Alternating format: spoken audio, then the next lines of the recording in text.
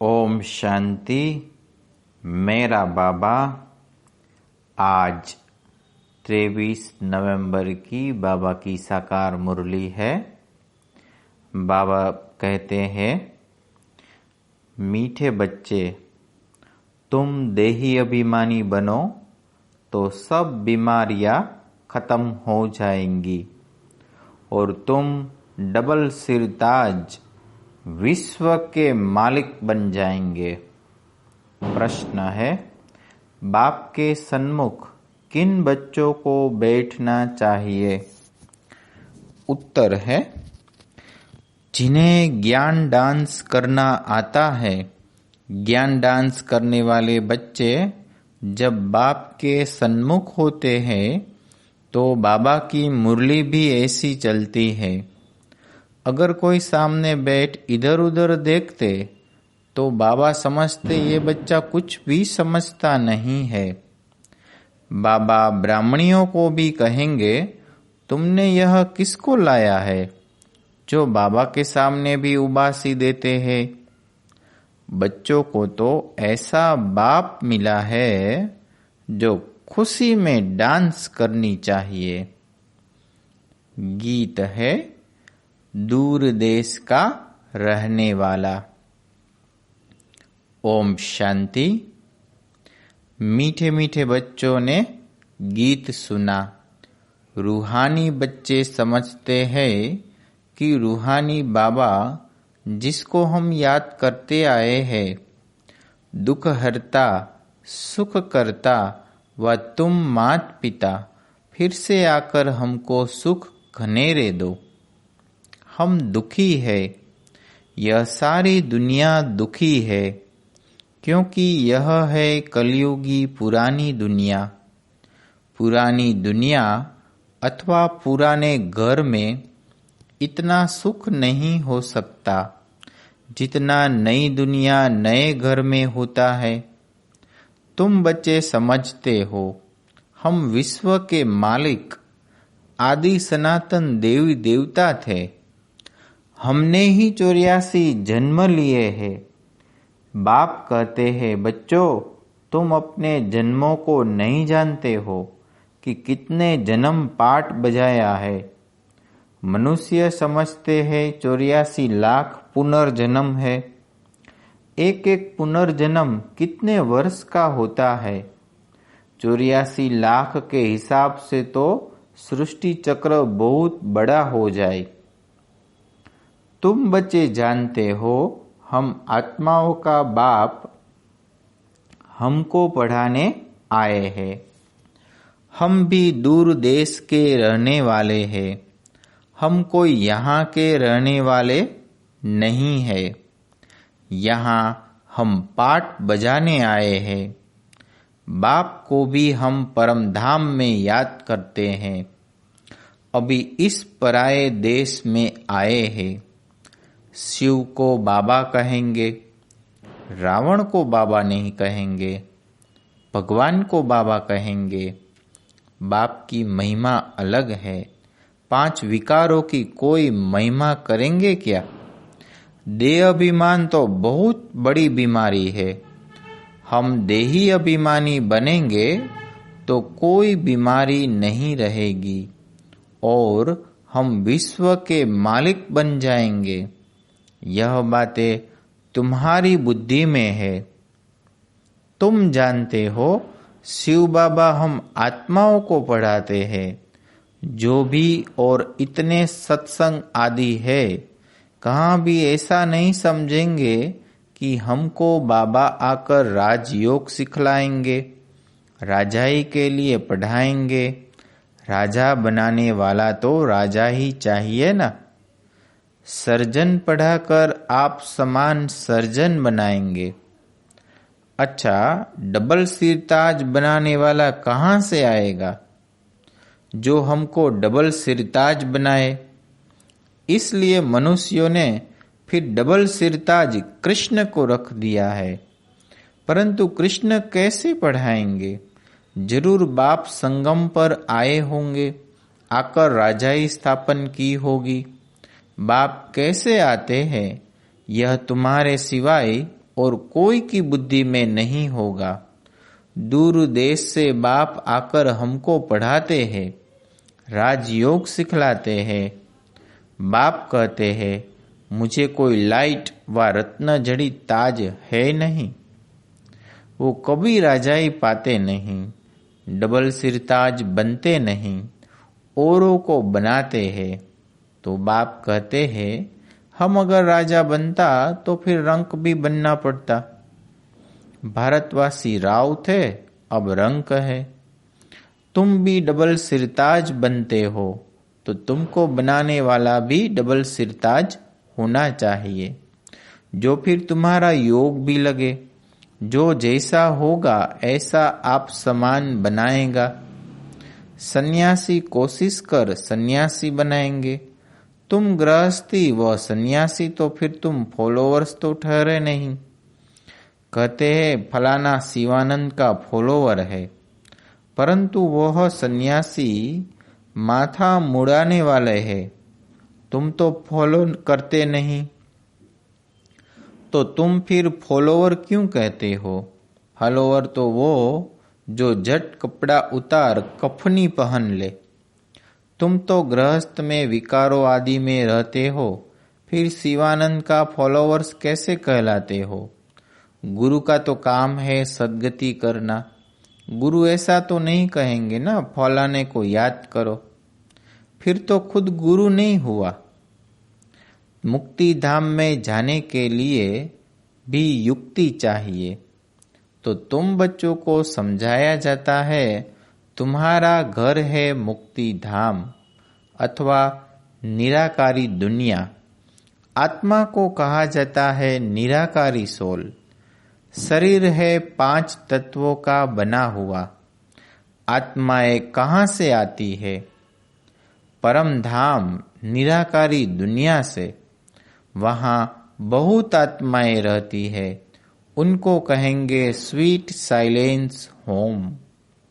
वहां आत्माएं दुख सुख से न्यारी रहती है। यह अच्छी रीति पक्का करना है।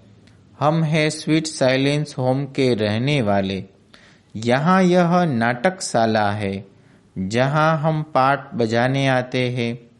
इस नाटकशाला में सूर्य, चांद, स्टार्स आदि बत्तियां है। कोई गिनती भी कर न सके कि यह नाटकशाला कितने माइल्स की है। एरोप्लेन में ऊपर जाते हैं, लेकिन उसमें पेट्रोल आदि इतना नहीं डाल सकते जो जाकर फिर लौट भी आए। इतना दूर नहीं जा सकते। वो समझते हैं इतने माइल्स तक है, लौटेंगे नहीं तो गिर पड़ेंगे। समुद्र का व आकाश तत्व का अंत पा नहीं सकते। अभी बाप तुमको अपना अंत देते हैं। आत्मा इस आकाश तत्व से पार चली जाती है। कितना बड़ा रॉकेट है। तुम आत्माएं जब पवित्र बन जाएंगी तो फिर रॉकेट मिसल तुम उड़ने लग पड़ेंगे। कितना छोटा रॉकेट है। सूर्य चांद से भी उस पार मूल वतन में चले जाएंगे। सूर्य चांद का अंत पाने की बहुत कोशिश करते हैं। दूर के स्टार्स आदि कितने छोटे देखने में आते हैं, है तो बहुत बड़े। जैसे तुम पतंग उड़ाते हो तो ऊपर में कितनी छोटी छोटी दिखाई पड़ती है। तो बाप कहते हैं, तुम्हारी आत्मा तो सबसे तीखी है। सेकंड में एक शरीर से निकल दूसरे गर्भ में जाए प्रवेश करती है। किसी का कर्मों का हिसाब किताब लंदन में है तो सेकंड में लंदन जाकर जन्म लेगी। सेकंड में जीवन मुक्ति भी गाई हुई है ना। बच्चा गर्भ से निकला और मालिक बना, वारिस हो ही गया। तुम बच्चों ने भी बाप को जाना, गोया विश्व के मालिक बन गए। बेहद का बाप ही आकर तुमको विश्व का मालिक बनाते हैं। स्कूल में बैरिस्टरी पढ़ते तो बैरिस्टर बनेंगे। यहाँ तुम डबल सिरताज बनने के लिए पढ़ते हो। अगर पास होंगे तो डबल सिरताज, जरूर बनेंगे, फिर भी स्वर्ग में तो जरूर आएंगे। तुम जानते हो, बाप तो सदैव वहां ही रहते हैं। ओ गॉड फादर कहेंगे तो भी दृष्टि जरूर ऊपर जाएगी। गॉड फादर है तो जरूर कुछ तो उनका पाठ होगा ना। अभी पाठ बजा रहे हैं। उनको बागवान भी कहते हैं। कोटों से आकर फूल बनाते हैं, है ना, कांटों से आकर फूल बनाते हैं। तो तुम बच्चों को खुशी होनी चाहिए। बाबा आया हुआ है, इस देश पर आए। दूर देश का रहने वाला आए देश पर आए। दूर देश का रहने वाला तो बाप ही है, और आत्माएं भी वहां रहती है। यहाँ फिर पाठ बजाने आती है। देश पर आए यह अर्थ कोई नहीं जानते। मनुष्य तो भक्ति मार्ग में जो सुनते हैं वो सत सत कहते रहते हैं। तुम बच्चों को बाप कितना अच्छी रीति समझाते हैं। आत्मा इम्प्योर होने से उड़ नहीं सकती है। प्योर बनने के बिगर वापिस जा नहीं सकती। तो पतित पावन एक ही बाप को कहा जाता है। उनको आना भी है संगम पर। तुमको कितनी खुशी होनी चाहिए। बाबा हमको डबल सिरताज बना रहे हैं, जिससे उच्च दर्जा कोई का होता नहीं है। बाप कहते हैं, मैं डबल सिरताज बनता नहीं हूँ, मैं आता ही हूँ एक बार, पराए देश पराए शरीर में। यह दादा भी कहते हैं, मैं शिव थोड़े ही हूँ, मुझे तो लखीराज कहते थे। फिर सरेंडर हुआ तो बाबा ने ब्रह्मा नाम रखा। इसमें प्रवेश कर इनको कहा कि तुम अपने जन्मों को नहीं जानते हो। 84 जन्मों का भी हिसाब होना चाहिए ना। वो लोग तो 84 लाख कह देते हैं, जो बिल्कुल ही इम्पॉसिबल है। 84 लाख जन्मों का राज समझाने में ही सैकड़ों वर्ष लग जाए, याद भी पड़ न सके। 84 लाख योनियों में तो पशु पक्षी आदि सब आ जाते हैं। मनुष्य का ही जन्म दुर्लभ गाया जाता है। जानवर थोड़े ही नॉलेज समझ सकेंगे। तुमको बाप आकर नॉलेज पढ़ाते हैं। खुद कहते हैं, मैं आता हूँ रावण राज्य में। माया ने तुमको कितना पत्थर बुद्धि बना दिया है। अब फिर बाप तुमको पारस बुद्धि बनाते हैं। उतरती कला में तुम पत्थर बुद्धि बन गए। अब फिर बाप चढ़ती कला में ले जाते हैं। नंबरवार तो होते हैं ना। हरेक को अपने पुरुषार्थ से समझना है। मुख्य बात है याद की। रात को जब सोते हो तो भी यह ख्याल करो, बाबा हम आपकी याद में सो जाते हैं। गोया हम इस शरीर को छोड़ देते हैं, आपके पास आ जाते हैं। ऐसे बाबा को याद करते करते सो जाओ, तो फिर देखो कितना मजा आता है। हो सकता है साक्षात्कार भी हो जाए, परंतु इस साक्षात्कार आदि में खुश नहीं होना है। बाबा हम तो आपको ही याद करते हैं, आपके पास आना चाहते हैं। बाप को तुम याद करते करते बड़े आराम से चले जाएंगे। हो सकता है सूक्ष्म वतन में भी चले जाओ, मूल वतन में तो जा नहीं सकेंगे। अभी वापिस जाने का समय कहाँ आया है। हाँ, साक्षात्कार हुआ बिंदी का, फिर छोटी छोटी आत्माओं का झाड़ दिखाई पड़ेगा। जैसे तुमको वैकुंठ का साक्षात्कार होता है ना, ऐसे नहीं साक्षात्कार हुआ तो तुम वैकुंठ में चले जाएंगे, नहीं। उसके लिए तो फिर मेहनत करनी पड़े। तुमको समझाया जाता है तुम पहले पहले जाएंगे स्वीट होम। सब आत्माएं पाठ बजाने से मुक्त हो जाएगी। जब तक आत्मा पवित्र नहीं बनी है तब तक जा न सके। बाकी साक्षात्कार से मिलता कुछ भी नहीं है। मीरा को साक्षात्कार हुआ, वैकुंठ में चली थोड़ी गई। वैकुंठ तो सतयुग में ही होता है। अभी तुम तैयारी कर रहे हो वैकुंठ का मालिक बनने के लिए। तो बाबा ध्यान आदि में इतना जाने नहीं देते हैं, क्योंकि तुमको तो पढ़ना है ना। बाप आकर पढ़ाते हैं, सर्व की सद्गति करते हैं। विनाश भी सामने खड़ा है। बाकी असुरों और देवताओं की लड़ाई तो है नहीं। वह आपस में लड़ते हैं तुम्हारे लिए, क्योंकि तुम्हारे लिए नई दुनिया चाहिए। बाकी तुम्हारी लड़ाई है माया के साथ। तुम बहुत नामी ग्रामी वॉरियर्स हो, परंतु कोई भी जानते नहीं कि देवियां इतना क्यों गाई जाती है। अभी तुम भारत को योग बल से स्वर्ग बनाते हो। तुमको अब बाप मिल गया है। तुमको समझाते रहते हैं, ज्ञान से नई दुनिया जिंदाबाद होती है। यह लक्ष्मी नारायण नई दुनिया के मालिक थे ना। अब पुरानी दुनिया है।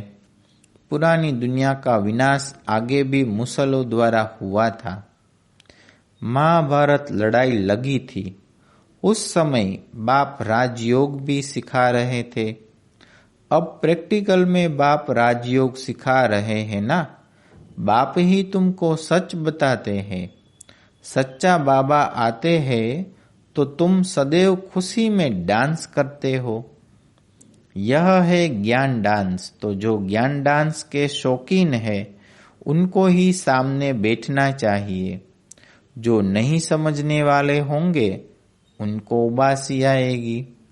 समझ जाते हैं यह कुछ भी समझते नहीं है।